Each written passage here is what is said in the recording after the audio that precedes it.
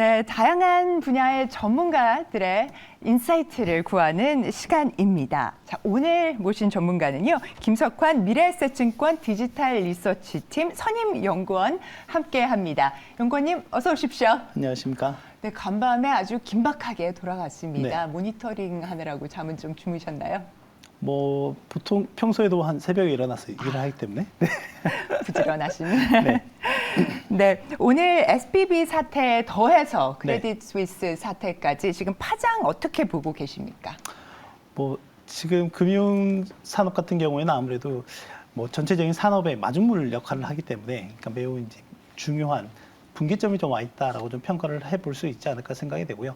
일단 간밤에 나타났던 크레딧 스위스 같은 경우도 결국에 이제 스위스 중앙은행이 뭐 만약에 문제가 발생하게 된다라고 하면 적시에 유동성을 공급하겠다라는 내용을 이제 발표를 했고요. 이제 그거에서 현재 시간외에서 거의 한 8, 9% 정도 상승을 하고 있는 모습을 좀 보이고 있는 상황이라고 보시면 될 것 같습니다.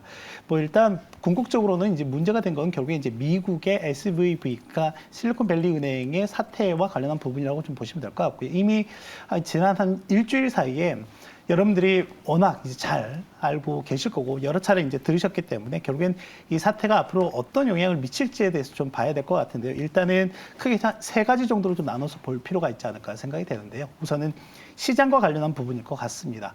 일단은 이 SVB 사태가 어느 정도 봉합이 되기는 했지만은 여전히 시장에는 의구심이 많이 남아있는 상태이거든요. 지금 화면을 통해서 나가고 있기도 하지만은 그러니까 여러분들이 잘 아시는 뭐 JP모건이라든지 시티 이런 대형 은행들을 제외한 중소형 은행들에 대한 리스크 관리나 이런 부분들이 잘 되고 있는지에 대해서 계속해서 좀 의구심이 생길 수밖에 없다라고 보시면 될 것 같고 지금 실리콘밸리 은행에 보다 한 2단계 위에 있는 퍼스트 리퍼블릭 은행이라고 하는 같은 경우도 간밤에 S&P가 투자 등급을 4단계나 하향 조정을 했거든요.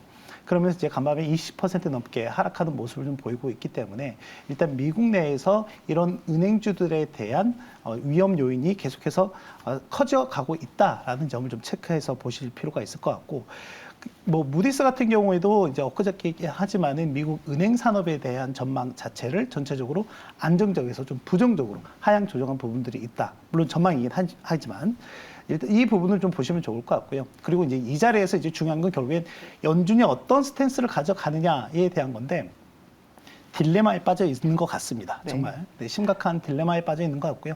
그러다 보니까 이제 흔히 여러분들께서 많이 보시는 그 페드워치라고 하는 게 있습니다. 그러니까 FOMC 직전에 이번 FOMC에서는 금리 인상을 어느 정도 수준으로 할까, 뭐 또는 장래에 금리 전망을 어느 정도로 보는지에 대한 부분들이 있는데 지난 일주일 사이에 정말 급등락을 하는 모습을 보였습니다. 그러니까 그만큼 지금 시장에 노이즈가 상당히 많이 끼어 있는 상황이라고 보시면 될 것 같고요. 그만큼 반대로 얘기하면 시장 참여자들의 심리 자체가 매우 불안한 상태다라고 보시면 될 것 같습니다. 그러다 보니까 위험 자산에 대한 선호보다는 안전 자산에 대한 선호 현상이 훨씬 더 강해지고 있는 현상이라고 보시면 될 것 같고요.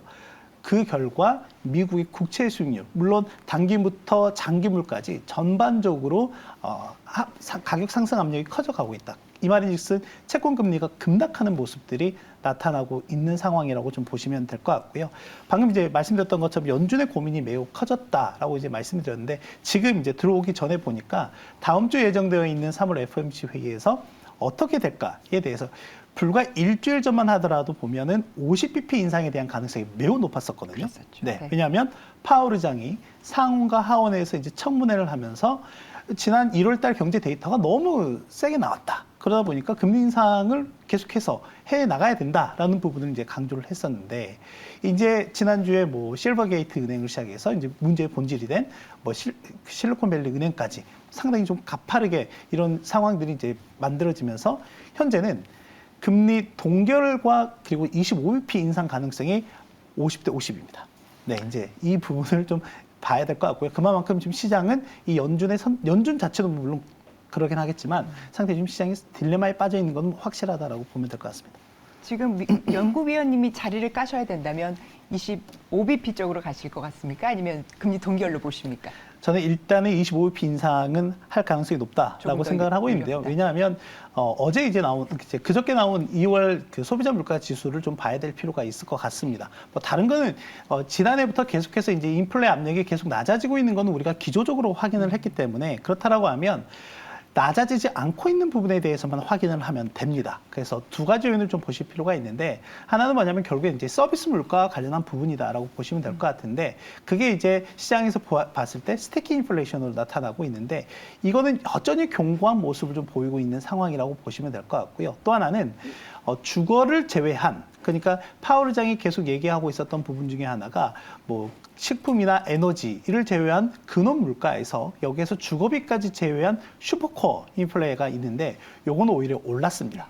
네, 이런 부분들이 좀 있기 때문에 그렇다라고 하면 미국의 물가 상황이 여전히 견고한 모습을 좀 보이고 있구나라고 하는 측면에서 본다라고 하면 경각심을 좀 가질 수밖에 없지 않을까라고 생각을 하고 있는 상황이긴 하고요. 물론 결국에는 그 연준을 비롯한 각국의 중앙은행들이 존립하는 이유는 두 가지 목적이 있습니다. 하나는 물가 안정이고요. 그 다음에 하나는 고용 창출인데 결국엔 이 두 개의 의무를 가지고 있기는 한데 이 두 개를 베이스로 해서 할 수 있는 거는 금융 안정을 추구하는 거거든요. 그런데 이 미국 내에서 보면 일단은 이 SVB 사태가 이 금융 안정을 가장 해치는 직접적인 이제 요인으로 발생했기 때문에 아마 지난주 중반까지만 해도 예상이 했었던 올해 최대 한 5차례 정도의 금리 인상에 대한 그런 가능성은 상당히 좀 낮아질 가능성이 높다라고 좀 보고 있고요. 그렇다라고 하면 지난 2월 FMC까지 해서 지난해부터 거의 1년 가까이 보면은 한 450bp 정도의 금리 인상을 했거든요. 그렇다라고 하면 여기에서 추가적인 인상 가능성은 좀 제한적일 가능성이 높다라고 보고 있고 결국에는 이런 부분을 좀 더 시차를 두고 이 누적적인 효과를 좀 더 지켜보자라는 쪽에 시각이 좀 더 무게가 실릴 가능성이 높지 않을까 생각이 됩니다. 지난 금융위기 때 학습된 영향인지 사실은 당국의 개입이 굉장히 좀 빠르게 진행이 된 것 같기는 그러니까요. 합니다. 하지만 이게 끝날 때까지 완전히 끝난 게 아닌데 어떻게 보십니까? 지금 은행권의 미실현 손실 같은 경우에 계속 문제가 조금 더 불거질 수 있고 또 다른 은행으로 그 여파가 더 확산될 수 있다고 보시는지요? 지금 말씀하셨던 금융 시스템 리스크에 대한 부분인데요. 분명히 가능성이 있어 보입니다. 네. 네, 물론 지금 이제 그런 측면에서 보면 미국 이제 정치권 내에서의 노이즈가 또 발생할 가능성이 있다라고 볼 수가 있겠는데 이제 앞서 제가 서두에서 이 SVB 사태가 앞으로 파장이 있어서 세 가지 측면에 있다라고 말씀드렸는데 이제 그 중에 마지막으로 말씀드릴 수 있는 게 정부 쪽과 관련, 그러니까 정치권과 관련한 얘기일 수 있을 것 같아요. 일단은 이제 주말 사이에 미국 재무부라든지 이제 연준에서 상당히 공격적인 개입을 했죠. 지금 연준 같은 경우에는 계속해서 양적 긴축을 금리 인상과 양적 긴축을 통해서 이 통화 팽창과 관련한 이 부분들을 상당히 타이트하게 가져가고 있는데 이 SVB 사태로 인해서 일단은 다른 유동성 지원 프로그램을 하나 만들었습니다. 네, 그걸 하나 만들어서 이제 지원을 하겠다라고 얘기를 한 상태이고 재무부 같은 경우에는 원래 그 계좌당 이제 예금자 보호 제도가 있잖아요, 미국 그렇죠. 같은 경우도. 그런데 그걸 넘어서는 부분까지 다 보전을 해주겠다라고 했기 때문에 이제 이런 부분들 같은 경우에는 가장 먼저 도덕적 해이와 관련한 이제 이슈가 있을 가능성이 높다라고 생각이 되고 그렇다라고 하면 지금 이런 사태가 초기에 발생했기 때문에 추가적인 확산을 막기 위해서 적극적인 대응을 했다라고 하면 만약에 아주 만약에 추가적인 이런 사태가 발생했을 때도 똑같은 잣대를 가지고 대응을 할 수 있겠느냐에 대한 물론 이제 그렇게 되면은 형평과 공평과 관련한 내용들이 또 나올 수밖에 없다라고 보시면 될 것 같고요. 이제 이런 부분들이 지금 미국 정치권에서 상당히 좀 시끄러운 부분들이 있거든요. 그렇죠. 그리고 지금 지난주에 안 그래도 이제 바이든 대통령이 예산안 그러니까 2024년 그 회계연도에 대한 예산안을 제출해 놓은 상태이고 또 하나는 지금 미국 내에서 가장 핵심적인 이슈 중에 하나가 그리고 이제 금융시장이 좀 민감하게 받아들일 내용 중에 하나가 바로 부채 한도와 관련한 내용들이 있거든요. 그렇죠. 그래서 이것과 관련해서 또 하나는 이제 엊그저께 나와서 금융 규제 강화하겠다라고 얘기를 했단 말이죠. 이런 부분들이 이제 같이 콜라보를 겪게 된다라고 하면 정치권 내에서의 노이즈가 시장의 불확실성을 좀 더 키울 수도 있는 여지가 분명히 좀 있다라고 보면 될 것 같고요. 그러니까 지금 전체적으로 시장은 아무래도 리스크온보다는 리스크 오프 쪽에 좀 가까운 모습을 취하고 있다라고 볼 수 있을 것 같습니다.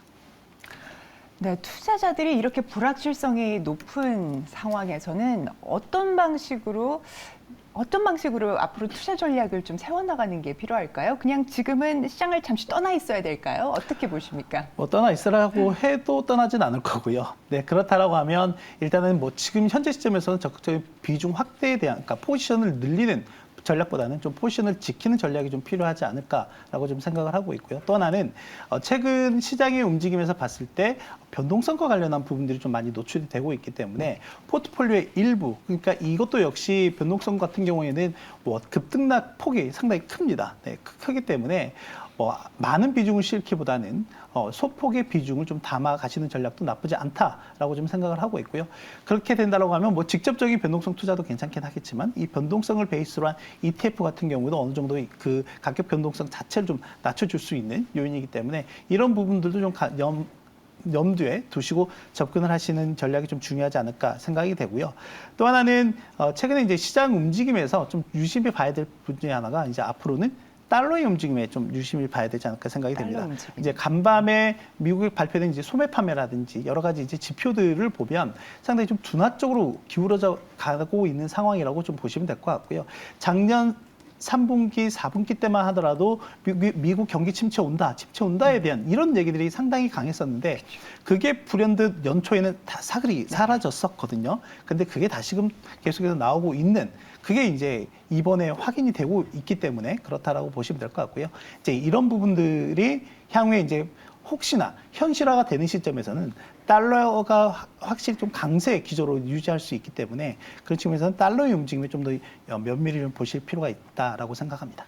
지금 변동성 투자 말씀을 해주시면서 네. 뭐 관련 ETF도 얘기를 해주셨는데 일각에서는 금과 은 뭐 얘기를 하는데 지금 금, 은도 포함된 변동성 그렇죠. 아무래도 이제 투자인가요? 금 같은 경우가 이제 간밤에도 보면은 최근 한 달 내 이제 고점까지 올라와 있는 상황이긴 한데 이런 변동성장에서는 특히 이제 리스크 오프 전략이 우세한 시장에서는 금도 하나의 해지 수단이 될 수도 있다라고 볼 수 있겠습니다. 네, 오늘 전문가 인사이트 들어보는 시간 김석환 미래에셋증권 디지털 리서치팀 연구위원 모시고 인사이트 정해 들었습니다. 오늘 말씀 대단히 감사합니다.